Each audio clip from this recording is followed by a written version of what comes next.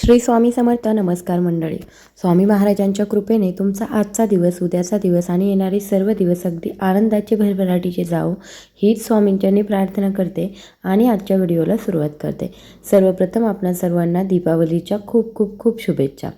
तर आज आहे दिवाळी आणि आज आपल्याला संध्याकाळी प्रत्येक आईने आपल्या मुलांसाठी एक प्रभावी उपाय करायचा आहे. आपल्या मुलांवरती काही संकट येत असतील, वारंवार आजारी पडत असतील किंवा मग त्यांच्या करिअर बाबतीत काही प्रॉब्लेम्स असतील किंवा मग खूप साऱ्या गोष्टी असतात की ज्या आपल्या मुलांच्या आयुष्यामध्ये घडत असतात आणि प्रत्येक आईला असं वाटत असतं की माझं मूल जे आहे त्याचं आयुष्य अगदी सुखी, समाधानी आणि व्यवस्थित चालावं. परंतु कुठे ना कुठे काही ना काही होत असतं आणि याच्यामुळे आईला, संपूर्ण कुटुंबाला त्रास होत असतो. तर असे विघ्न असतील, इडापिडा असतील तर त्या जर आपल्याला होऊ नये असं वाटत असेल किंवा टळाव्यात असं वाटत असेल तर हा उपाय प्रत्येक आईने आपल्या मुलांसाठी आजच्या दिवशी नक्की करा. सर्वात प्रथम तर हा उपाय करण्याचा टाईम काय आहे तर संध्याकाळी 6 ते 12 वाजेपर्यंत तुम्ही हा उपाय कधीही करू शकता. दिवाळीचा दिवस आहे, प्रत्येकजण बिझी आहे आणि प्रत्येकाला खूप सारी कामं आहेत. परंतु त्यातून वेळ काढून आपल्या मुलांसाठी ही गोष्ट प्रत्येक आईने नक्की करा. आता जो लक्ष्मीपूजनाचा वेळ आहे तो 8-8:30पर्यंत संपत आहे. तर त्याच्यानंतरसुद्धा तुम्ही हा उपाय जो आहे तो करू शकता. तर आपल्याला काय करायचं आहे, हा उपाय करण्यासाठी लागणार आहे एक नारळ आणि कापराच्या वड्या. आता कापूर घेताना तुम्ही कोणता घ्याल तर भीमसेनी कापूर असेल तर अतिशय उत्तम, नसेल तर तुम्ही साधा कापूरसुद्धा घेऊ शकता.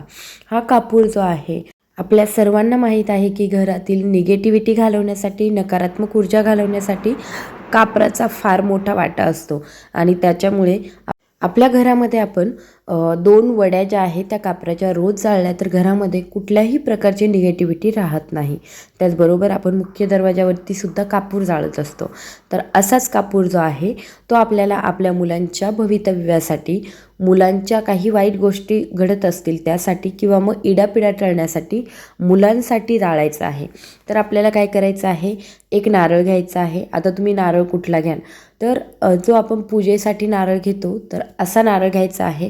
परंतु हा जो नारळ असेल तो तुम्हाला दुकानामधून नवीन आणायचा आहे. आणि हा जो नारळ आहे तर तो कुठल्याही पूजेमध्ये वापरलेला नसावा. तो तुम्ही दुकानामधून नवीन आणा आणि मगच त्याचा वापर करा. हा नारळ जो आहे त्याचा वापर झाल्यानंतर हा तुम्हाला पाण्यामध्ये विसर्जित करून द्यायचा आहे. तर आपण काय करायचं आहे, नारळ घ्यायचा आहे, आपल्या मुलाला एका पाटावरती बसवायचं आहे किंवा मग बसकरवरती बसवा किंवा मग खुर्चीवरती बसवा आणि नारळावरती आपल्याला, जर तुम्ही भीमसेनी कापूर वापरत असाल तर भीमसेनी कापराच्या 3 वड्या घ्यायच्या आहे. जर तुम्ही साधा कापूर वापरत असाल तर साध्या कापराच्या आपल्याला 7 वड्या घ्यायच्या आहे. तर असा जो कापूर आहे तो आपल्याला प्रज्वलित करायचा आहे. नारळाचा शेंडा जो आहे तो आपल्या मुलाच्या साईडने असायला हवा. आता जर तुम्ही म्हणाल की 2 मुलं असतील तर, 3 मुलं असतील तर कशा पद्धतीने करायचं, 2 मुलं असू द्या, 3 मुलं असू द्या किंवा घरामध्ये कितीही मुलं असू द्या तर त्यांच्यासाठी आपल्याला एकच नारळ वापरायचा आहे आणि तेवढ्याच वड्या वापरायच्या आहे. भीमसेनी कापराच्या 3 वड्या आणि साध्या कापराच्या 7 वड्या. आता जर कापूर संपला तर तुम्ही एक्स्ट्राच्या वड्या ज्या आहेत त्या ॲड करू शकतात. तर अशा वड्या ज्या आहेत त्या आपल्याला ठेवायच्या आहे आपण नवीन आणलेल्या नारळावरती. नारळाची शेंडी मुलाकडे असावी आणि हा जो कापूर आहे तो आपल्याला प्रज्वलित करायचा आहे. असा कापूर जो आहे तो प्रज्वलित करत असताना खाली एक तुम्ही ताट घेऊ शकता मोठं, त्याच्यामध्ये हा नारळ ठेवू शकता किंवा मग अशी कोणती तरी वस्तू घ्या की ज्याच्यामध्ये तो नारळ व्यवस्थित बसेल आणि तो आपल्या मुलांवरून आपल्याला उतरवून टाकता येईल. कारण ज्या वड्या असतात तर त्या प्रज्वलित केल्यानंतर त्या पडायला नको याची काळजी आपल्याला घ्यायची आहे.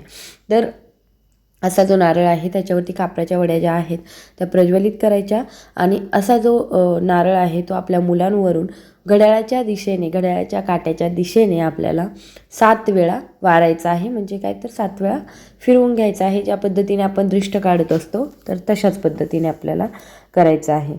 आणि जर एक मुलगा असेल तर तुम्ही हे कराल, 2 मुलं असतील तर त्यांच्यासाठी सुद्धा हा कापूर जो आहे तो पुरेल. कारण भीमसेनी कापूर असतो तर तो खूप जास्त वेळ चालतो आणि जर साधा कापूर असेल तर आपण त्याच्या 7 वड्या घेणार आहोत तर त्यासुद्धा जास्त वेळ चालतील. तर अशा पद्धतीने फिरवत असताना आपल्याला एकच वाक्य बोलायचं आहे, इडापिडा टळू दे, माझ्या मुलांवरील सर्व विघ्नबाधा दूर होऊ देत. अशा पद्धतीचं हे वाक्य आहे, हे तुम्हाला म्हणायचं आहे. आणि हा जो नारळ आहे तो 7 वेळा फिरवून घ्यायचा आहे.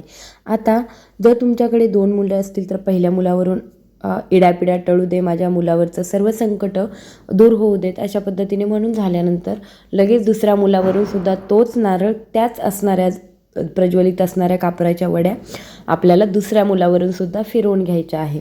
आता हे फिरवत असताना सुद्धा आपल्याला हेच म्हणायचं आहे, इडापिडा टळू दे, माझ्या मुलावरील सर्व संकट दूर होऊ देत. तर अशा पद्धतीने म्हटल्यानंतर आपल्याला जर मध्ये कापूर संपत असेल तर तुम्ही एक्स्ट्राच्या 3 वड्या पुन्हा ॲड करू शकता. असं काही नाही की करू शकत नाही किंवा पडल्या तरी घाबरायची गरज नाही. परंतु हा जो उपाय आहे तो करत असताना एक गोष्ट लक्षात ठेवा, कापराच्या वड्या ज्या आहेत त्या पडू शकतात. आपल्या अंगावर पण आपल्या मुलांच्या अंगावर पण याची विशेष काळजी घ्यायची आहे. मुलांना किंवा आपल्याला कोणत्याही प्रकारची इजा होणार नाही अशा पद्धतीने हा उपाय करायचा आहे. प्लस आणखी एक गोष्ट महत्त्वाची जी लक्षात ठेवाल की दिवाळीचा दिवस आहे, आपल्या घरामध्ये जर कोणी पाहुणे आलेले असतील किंवा कुणासमोरही हा उपाय करू नका.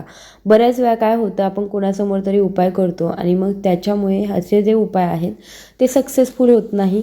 कारण दुसऱ्या व्यक्तींच्या मनामध्ये येऊ शकतं की हे काय करताय किंवा कशासाठी असं करताय. तर त्याच्यामुळे आणि आपण जो उपाय करत आहोत तो कुणाला सांगू पण नका आणि कुणाशी शेअर पण करू नका की मी असा उपाय करत आहे. त्याचबरोबर हा उपाय करत असताना आपल्या स्वतःच्या मनामध्ये असं असू द्या की हो, हा उपाय करत आहे आणि याच्यामुळे माझ्या मुलावरील सर्व संकट इडापिडा टळणार आहेत. तर आपल्या मनामध्ये असा भाव असेल तर नक्की आपला जो उपाय आहे तो सक्सेसफुल ठरेल. कारण अमावास्येचा दिवस आहे, माता लक्ष्मीचा दिवस आहे. आज आपण माता लक्ष्मीची पूजा करणार आहोत, जास्तीत जास्त सेवा करणार आहोत आणि या सेवेमुळे आपल्या घरातील विघ्न जे आहे ते टळून जाणार आहे. परंतु त्याचबरोबर आपण जर हा उपाय केला तर हा खूप महत्त्वाचा आणि प्रभावी उपाय ठरेल आपल्या मुलांच्या भवितव्यासाठी. त्यांच्या आयुष्यामध्ये काही इडापिडा असतील तर त्या जाण्यासाठी. आता तुम्ही परत म्हणाल की कोणत्या मुलांसाठी करायचा, लहान मुलं असतील तर त्यांच्यासाठी की मोठी असतील तर, कॉलेजला जात असतील तर, लग्न झालेलं असेल तर. हो, तुम्ही प्रत्येक एजच्या मुलासाठी करू शकता.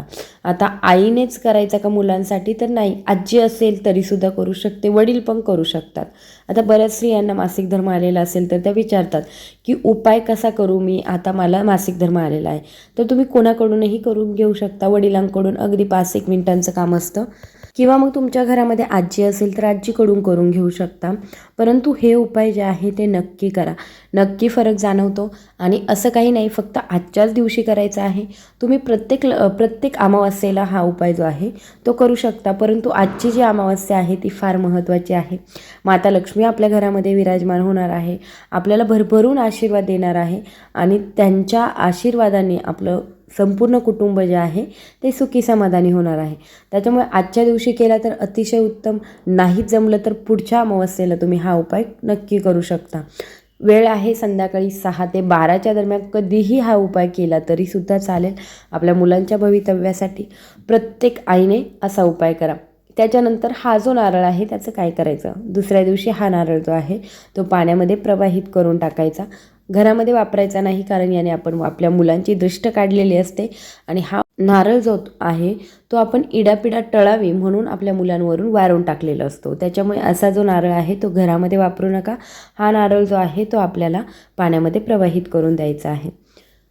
पुन्हा पुढच्या अमावस्येला तुम्ही हा उपाय करू शकता. जर तुम्हाला फरक जाणवला नाही तर 5 अमावस्या करून बघा, 11 अमावस्या करून बघा, नक्की आपल्याला रिझल्ट मिळतील. आय होप की हा व्हिडिओ तुम्हाला आवडला असेल तर व्हिडिओला लाईक, शेअर आणि सबस्क्राईब करा. धन्यवाद.